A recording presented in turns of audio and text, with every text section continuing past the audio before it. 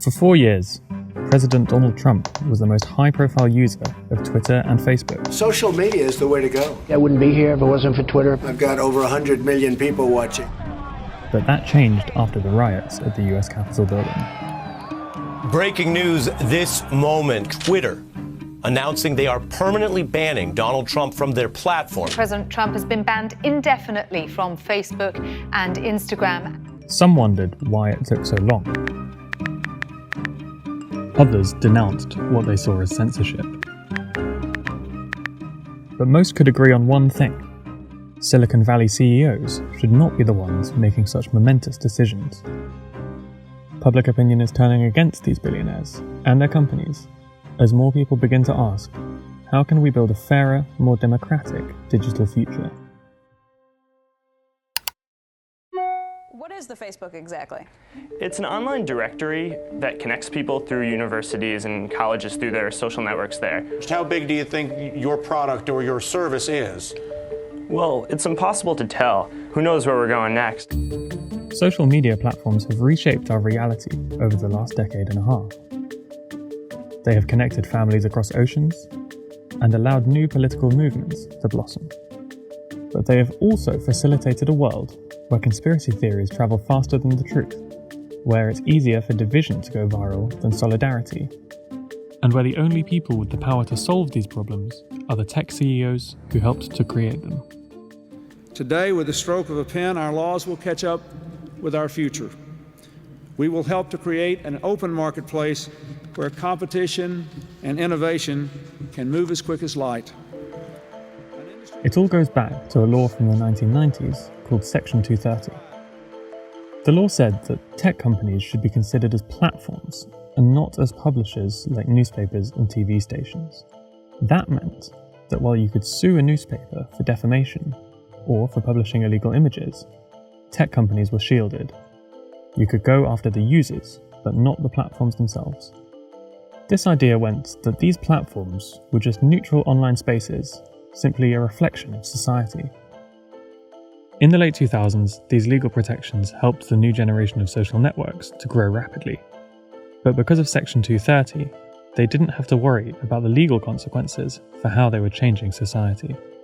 And at the same time, the very idea that these platforms were neutral online spaces came into question. Section 230 has become so controversial as the internet platforms have actively cultivated the notion that they are merely providing the technology for people to communicate and share their thoughts and ideas. But the reality is somewhat different. The truth is, websites have a strong incentive to exercise control over the content each of us sees.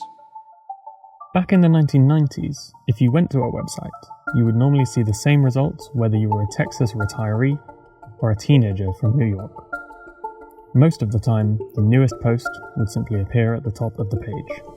But the social media companies that rose up after Section 230 were different. Today, complex algorithms decide which posts rise to the top and are seen by millions of people.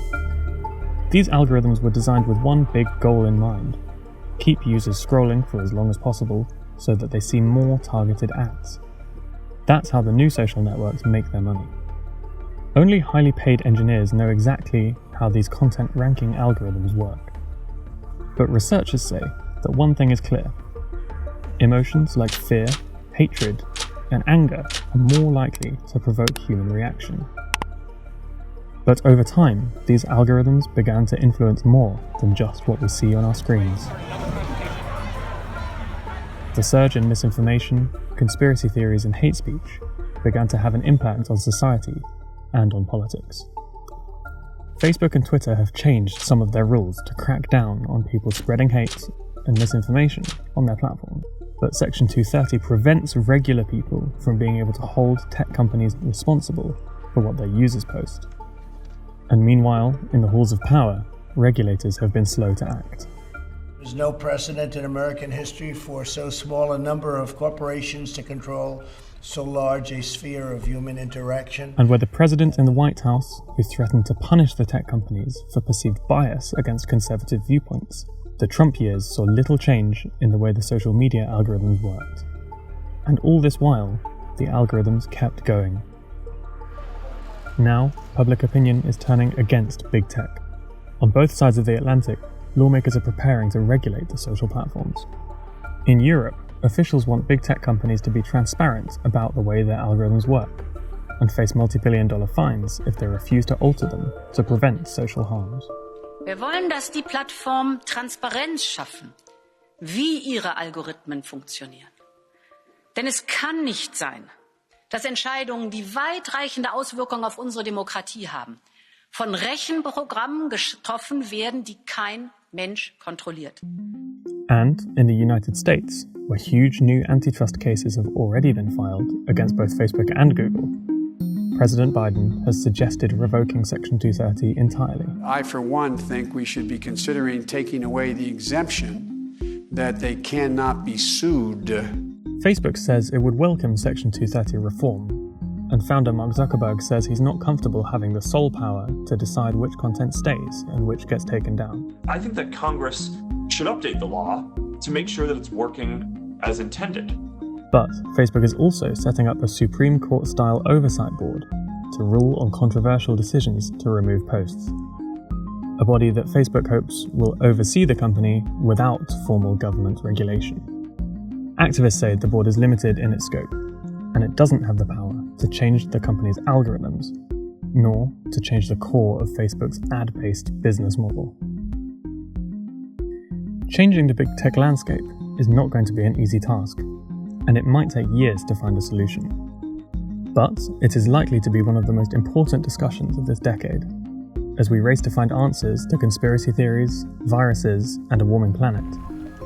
Figuring out how to build a fairer digital future might be a good place to start.